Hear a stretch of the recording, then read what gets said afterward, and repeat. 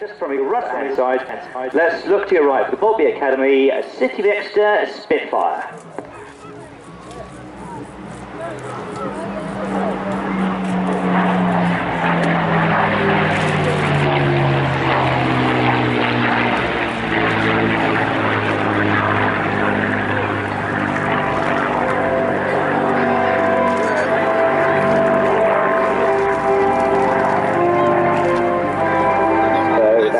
Iconic elliptical wing shape and the beautiful purring sound of that wonderful Merlin engine. This HF Mark IX Spitfire, flown and operated by WWII Academy, built by Vickers Armstrong and WWII in October 1944.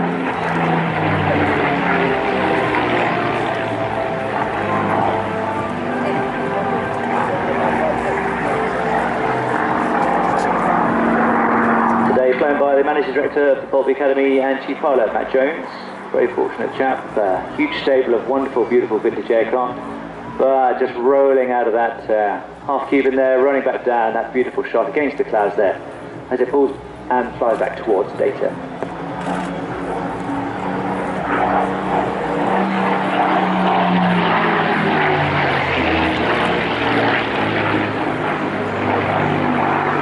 The Spitfire was produced in greater numbers than any other British combat aircraft before or since the Second World War. Some 20,000 aircraft were built, 22 different variants, including naval versions of the Seafire, and the aircraft remained in production for 12 years. The first flight took place in March 1936, preceding the war, and the Spitfires entered service with 19 Squadron in 1938.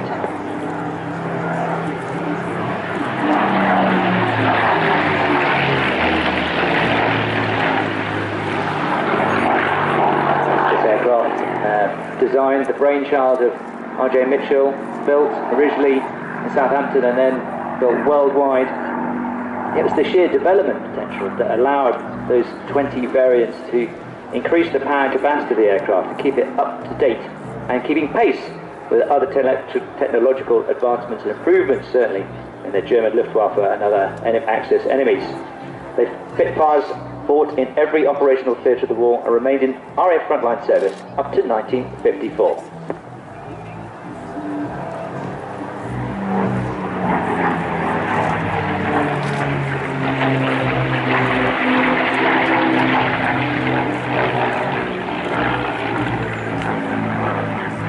At the end of the development of the Spitfire, it carried an engine producing more than twice the power of the original Mark I in 1936. Its maximum takeoff weight and rate of climb had more than doubled, and its firepower had increased. The ultimate factor in warfare, its firepower had increased by a factor of 5, and its maximum speed had been increased by a third. All this in essentially the same R.J. Mitchell airframe.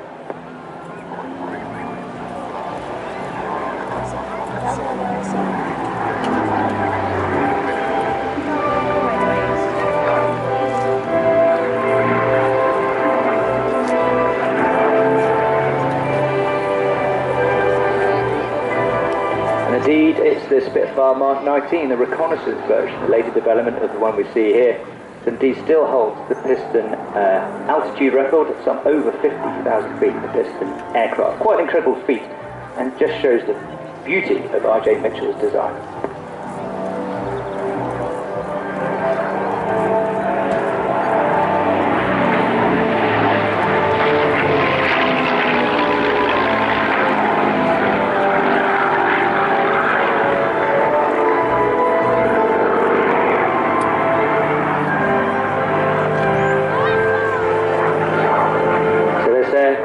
Served the Royal Air Force 1944 Mark IX high altitude fighter, initially as an anti-aircraft cooperation squadron.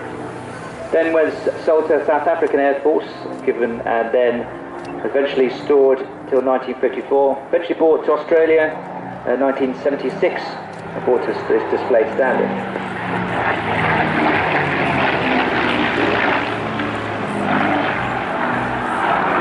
This aircraft, Spitfire Romeo 232, finally made it back to Britain in 1986.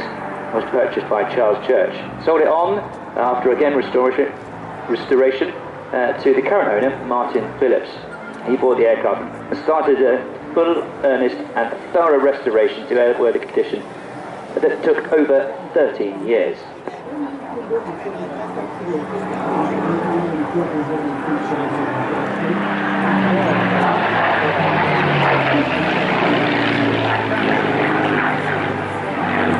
As with many such restoration projects, it really was a labour of love, taking time, effort, money, volunteers, huge innovation and skill. And the aircraft parts were sourced from myriad locations from around the world. In fact, the story of this restoration makes an absolutely fantastic story in itself. The parts were sold and scavenged from around the globe, and it really was a testament to Martin Phillips's dogged determination to return this iconic aircraft to the sky.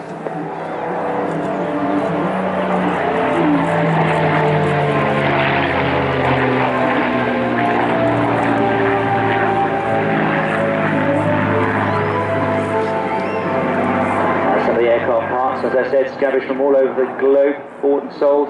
Indeed, certain parts of this aircraft were found outside of a hedge in a pub near Exeter.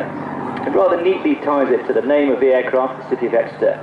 During the Second World War, materials, specifically metal, was very hard to find. And indeed, many cities, towns, sponsored aircraft and gave of their pots and pans and railings and lampposts to produce the metal enough.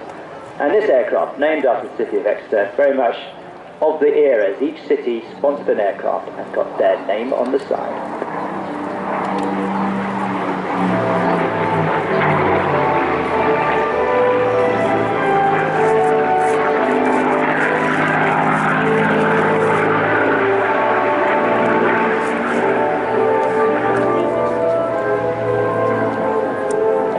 Managed to source a fully approved CA Merlin engine, and it wasn't until December 2012, 13 years restoration, that finally the aircraft took to the sky once again, and indeed it was becoming the last aircraft to indeed be assembled at Hilton Aerodrome over in Bristol before the aerodrome closed.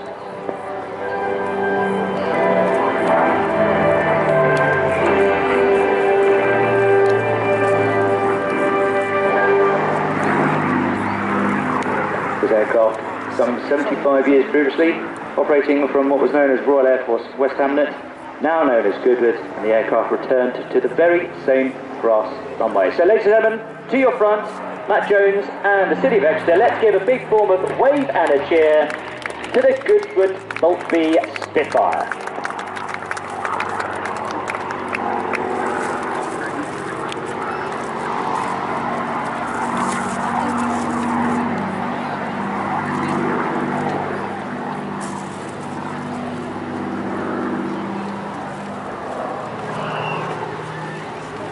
So yeah, looks like Matt is looking so keen, so lovely, so beautiful place here. This maybe is the chance, so forgive me, looks like this is definitely the last pass. Ladies and gentlemen, hats, codes, wave, hats, and give a big cheer for Matt Jones and the WWII Spitfire. He can see you, and I'm sure he could hear you, this beautiful victory roll of the City of Exeter Spitfire Mark IX.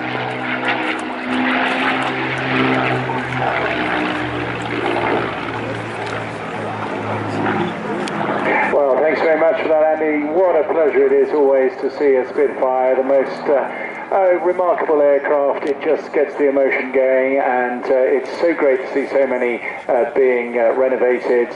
You know, a huge number of benefactors.